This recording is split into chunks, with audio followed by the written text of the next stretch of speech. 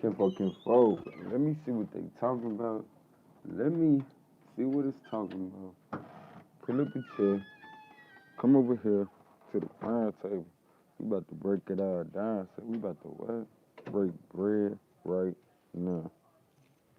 So like, make sure y'all hit that like button, subscribe, hit that notification bell all in, so we can all stay in tune.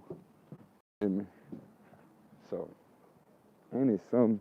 Ain't it something? Ain't it? When the plan come together, ain't it something? Let that sink in. How many done plan for something and it turned out to be way better than you planned? I did. So we gonna. So for me, first thing I would assess is recognize that you know these plans that we make take on a life of their own, and similar to the Frankenstein story, you know, we make plans, but we don't plan. We don't plan for our plans to have plans of their own. You feel me? Like nothing happens by happenstance, right? So all the things leading up to the final outcome that you're seeking, you know, come as a result of a collective of things that had to happen before. So when you think about that, it's like, no wonder things always tend to go way better than I planned for. Because even my plan slick got a plan. You know what I'm saying? And the plan takes on a life of its own. What I'm saying in so many words basically is like, for me, I know a lot of times I set out with my brothers to achieve certain things. And man, when I say the outcomes usually turn out to be way better than I ever expected. Mm. And that's what got me, speaking on the topic today because I'm like, man, you know what? People need to just see their plans through.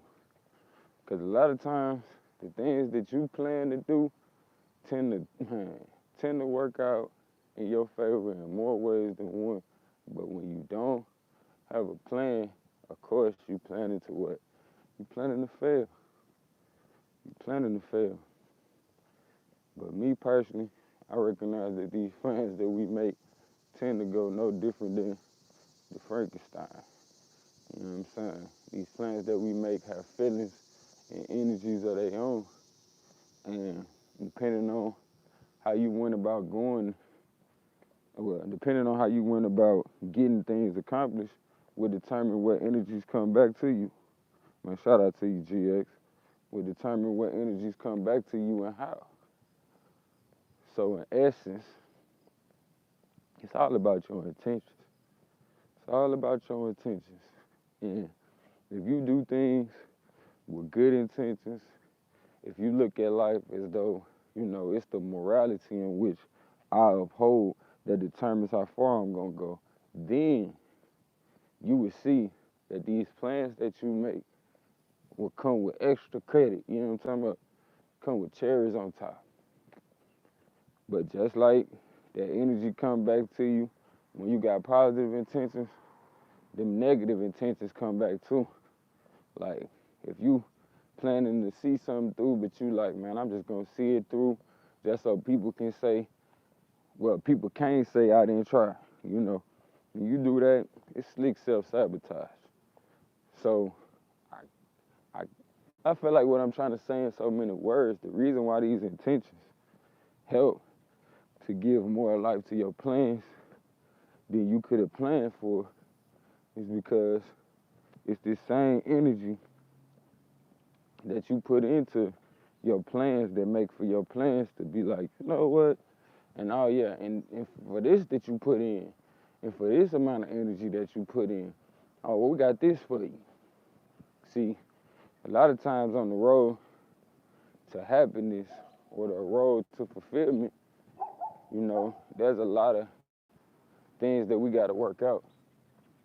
And through working those things out, we develop certain muscles. And once you develop these certain muscles, it it creates a tendency within you to whereas when you used to be nervous to take on large tasks, you felt like you more than equipped for these large tasks. If anything, this is what you was preparing for. So when you think about these type of things, you recognize like, hold on, bruh. As much as I set out and I was planning for this one thing, should I actually planted seeds for so many things to the point, this why the harvest came back like that, you know? And honestly, when you're doing things from a morale standpoint, majority of the time, the things that you do will come in two folds, meaning that the way you set out to accomplish things will not only be for your upliftment, but for the upliftment of others. So when you think about that, it's like that's another reason why you getting more than you planned for, Not to mention, like I keep on reminding you of this Frankenstein understanding. A lot of us do things as though the things we do have no feelings behind them. When they do, and when those feelings swing back your way, you want to make sure that these was feelings of, man, I know we can do this. These was feelings of, I ain't holding back no longer. Not feelings of, man, I'm just doing this so people can't say, man, I ain't try. I'm just doing this because I know this ain't going to go the way that people say it will. It ain't going to work for me. Like, you got to kill the self-sabotage. Let that shit be. Because it's that same self-sabotage that's going to haunt you until the day you decease. But if you go out here and give it your best and put the proper intentions into everything that you do, man, you bound to have success. You bound to have success. And like this conversation that we having, you bound to have success 10 times over. You bound to have success 10 times over. But you have to have the proper intentions. Intend to be great. Feel me? Intend to inspire others. Great people don't need motivation, they need discipline. In order to achieve anything in this life, you have to discipline yourself, aka focus in your intentions to achieve said outcome. So it's no wonder when I put all my focus into certain things that I seek to achieve, that these same things give back to me tenfold. How much energy you put into that thing? Tenfold. Okay. So that energy becomes even more energy. You feel me?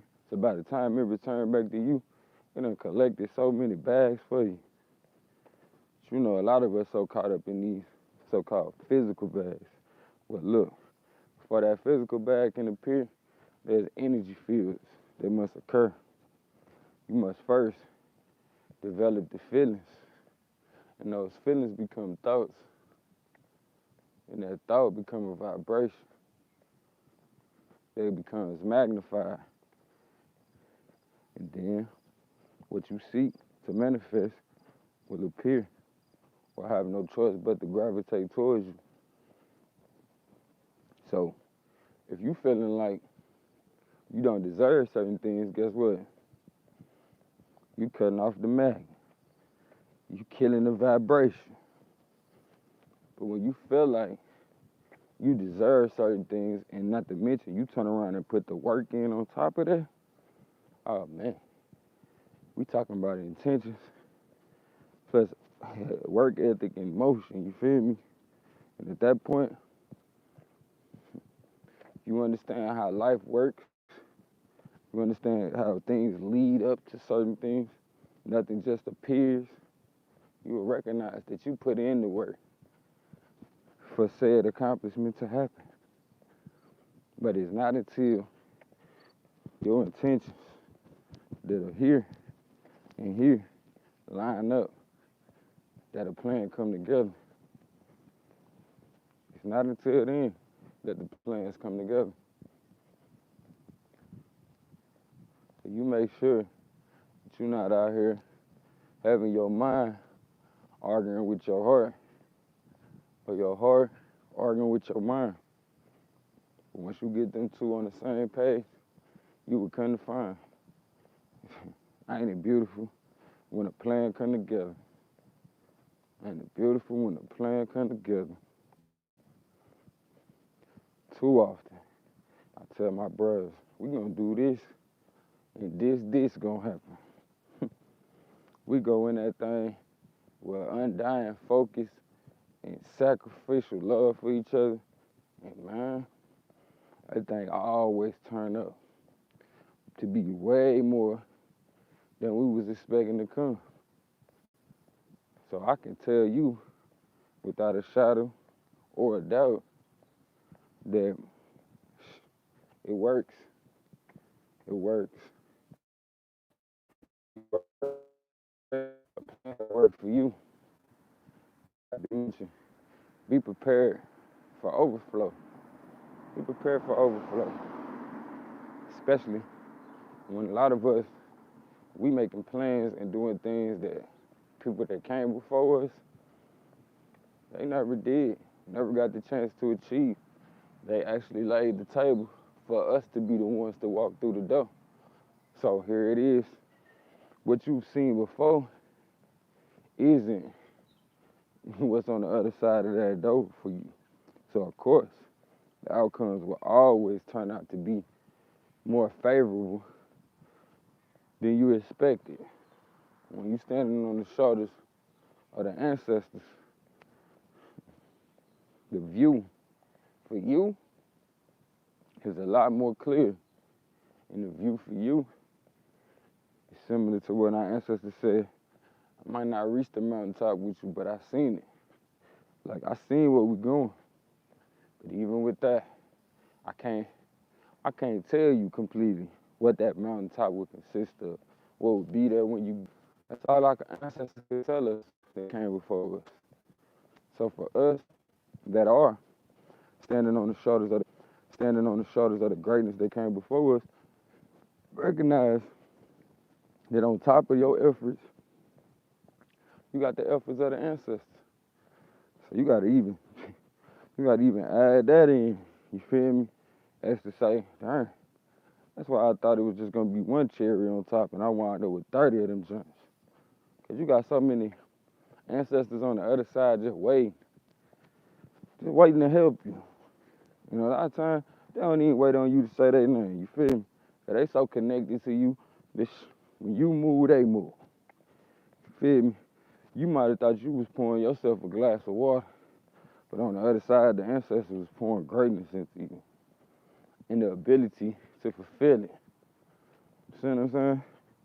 So as much as we be surprised and overjoyed by how things work out when that plan come together, I want y'all to have more joy and recognize that that's the ancestors loving and hugging on you, letting you know you ain't in this shit alone. And the things that you want, it ain't just start with you, but you gotta keep on pressing that line, and you will soon find that the things that you do was all by design. Not by design of your enemies, but by design of your DNA. So when you come into your purpose, recognize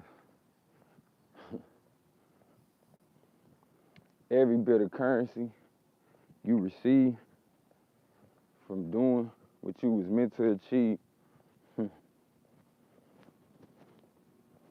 will fulfill you in a way that will heal you and reveal the real you. But at the same time, we so used to taking partial payments.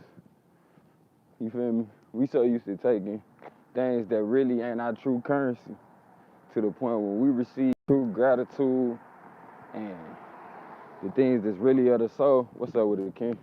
The things that's really of the soul, we feel overjoyed and overwhelmed with excitement because so often these are the things that's neglected.